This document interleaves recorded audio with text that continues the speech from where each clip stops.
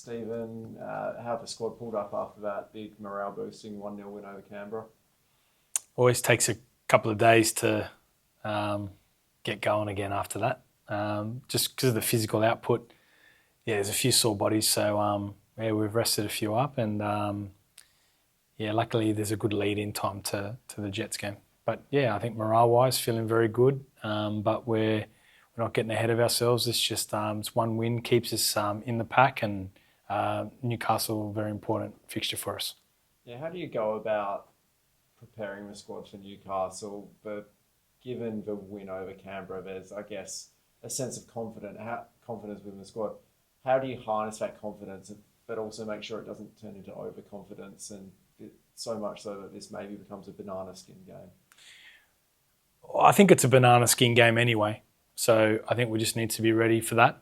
But in saying that, they're only 3 points off us. So it's very easy for me to turn around to the players and remind them that Newcastle's on 17 points and we're on 20 points. So, we're not going Hollywood, that's for sure.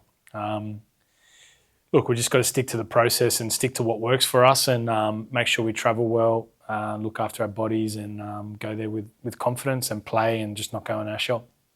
How pleasing was it to see you guys grind out a win against Canberra? You've spoken about how physical the matches are, and maybe, this time last year, you would have been on the wrong side of that 1-0, scoreline.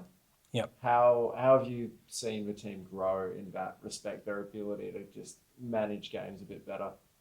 I just think we've been excellent in those tight games, particularly at Sam Kerr, Wellington and Adelaide and Newcastle and Canberra. They've all been 1-0 wins, which is crazy. And then obviously Sydney FC 0-0. So I'm very, very impressed with the fact that they're staying the course in the games, but also the belief to know that the goal's going to come and, not sort of overcompensate by looking for it and then leaving yourself exposed at the back. So it's quite pleasing. That was a real sort of final style game.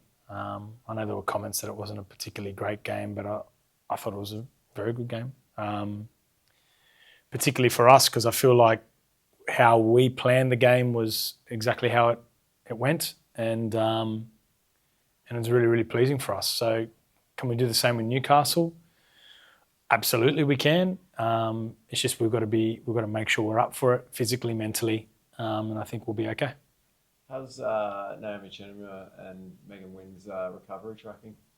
Wynn is essentially in full training now, so we'll just try and get her to a level that we're satisfied with, and then once we do that, she can be up for selection.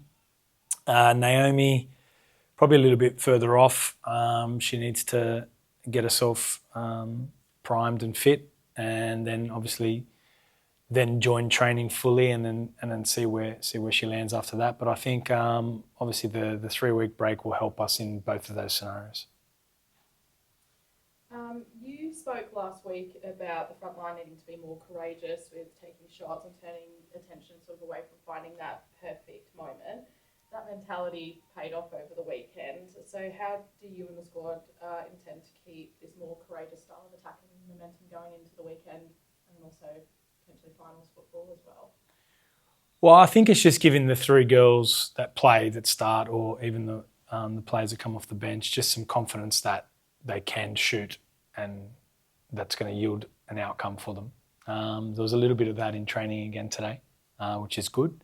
But it's also just building the combinations. I think we want to try and settle on some combinations that are working and keep bringing, some good stuff out of those.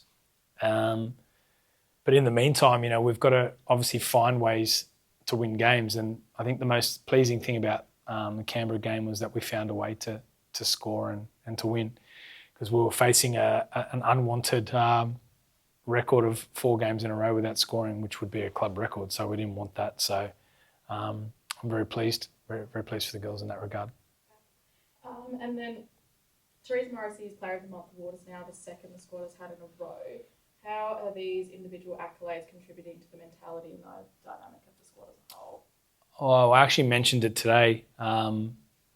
there's been 3 Player of the Month awards, obviously November, December, and January, and we've won 2 of them. So it's pretty special. Given that we've only been in the top 6 in the probably for a couple of weeks in the whole competition. So it just showcases how important our players' contributions are to the team. Teresa's been amazing for us, not just between the sticks, in the dressing room, even just in the gym, off the field, when people are injured, people doing top-up sessions, she runs with them.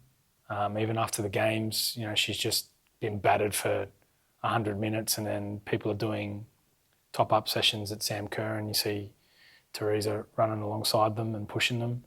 It's just first class in every sense. I've known this for a little while. I'm a little bit surprised that it took her until she was 25 to make her debut in the league. She's obviously had some interesting things in the past that have probably stopped her from making her debut earlier. I'm just really proud of the fact that she's stuck to it and getting the accolades for it. But it's literally no surprise to me that this is what she's producing. She's been fantastic for us. Stephen, you mentioned the Jets are 3 points below Glory at the moment, so in some ways it's almost a do-or-die game for them, really, in terms of finals. Does that make you a little bit even warier of the threat that they'll pose at the weekend?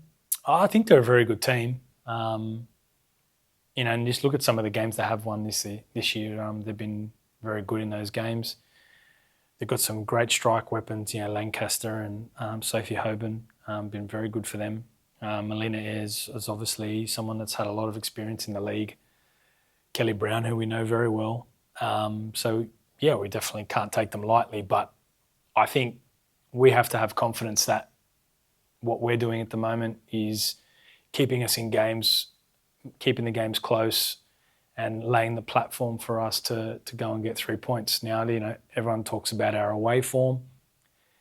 If you take out that sort of run of 4 losses in a row, where 3 of them were away from home, if you take out those 3 games, our away form this season's actually been pretty decent. The games have been tight. So we're confident we can go there and get our second away win of the season. And how useful will it be to have a couple of weeks just to get some bruised and battered bodies, a little bit of treatment and recovery and so on, and then go into what is starting to look like almost a little mini finals before the finals with those last 4 games? Look, I think mentally it's probably going to be more powerful for the players. I think they've been going at it now for a little while. And then obviously the nature of the sport is that, unfortunately, most of the girls have to work a job as well outside of playing. So, they really grind the stone, like I use Charlie as an example. She leaves training and then goes to work. That can take its toll on a player mentally. So I think for them to have a break from playing will be a nice little break for them. Asian Cup will be here, so they'll be able to go to some games and maybe be a normal human being for once. But we'll still be training and preparing. But it's important for us during that time we keep the morale high and keep them focused on the task at hand. This particular game, if we can get the 3 points, will set us up nicely for that mini-series, as you mentioned. And we really need to start believing that we can make the top 6, and then when we do, we can tackle teams. There's no reason why we can't.